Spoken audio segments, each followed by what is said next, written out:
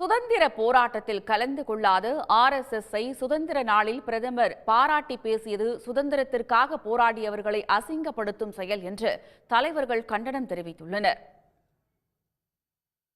79வது சுதந்திர தினமான நேற்று டெல்லி செங்கோட்டையில் கொடியேற்றிய பின் உரையாற்றிய பிரதமர் மோடி, RSS இயக்கம் உலகின் மிகப்பெரிய அரசு சாரா நிறுவனம் என்றும் ஒரு நூற்றாண்டு காலமாக நமக்கு உத்வேகம் அளித்து வருவதாகவும் RSS-இன் 100 ஆண்டு கால சேவை ஒரு பெருமைமிக்க பொற்காலம் என்றும் அவர் தெரிவித்தார். மேலும் RSS தலைவர் மோகன் பகவத்தை மோடி புகழ்ந்து பேசினார். இதற்கு கடும் எதிர்ப்பு தெரிவித்துள்ள எதிர்க்கட்சிகள் சுதந்திர போராட்டத்தை எதிர்த்த RSS-ஐ சுதந்திர நாளில் புகழ்ந்து உண்மையான தியாகிகளை மோடி அவமானப்படுத்திவிட்டதாக குற்றம் சாட்டியுள்ளன.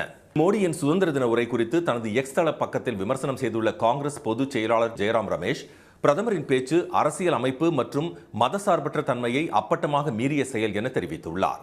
அடுத்த மாத பிற்பகுதியில் 75 வயதை எட்டும் மோடி பதவியில் தொடர்வதற்காக அந்த அமைப்பை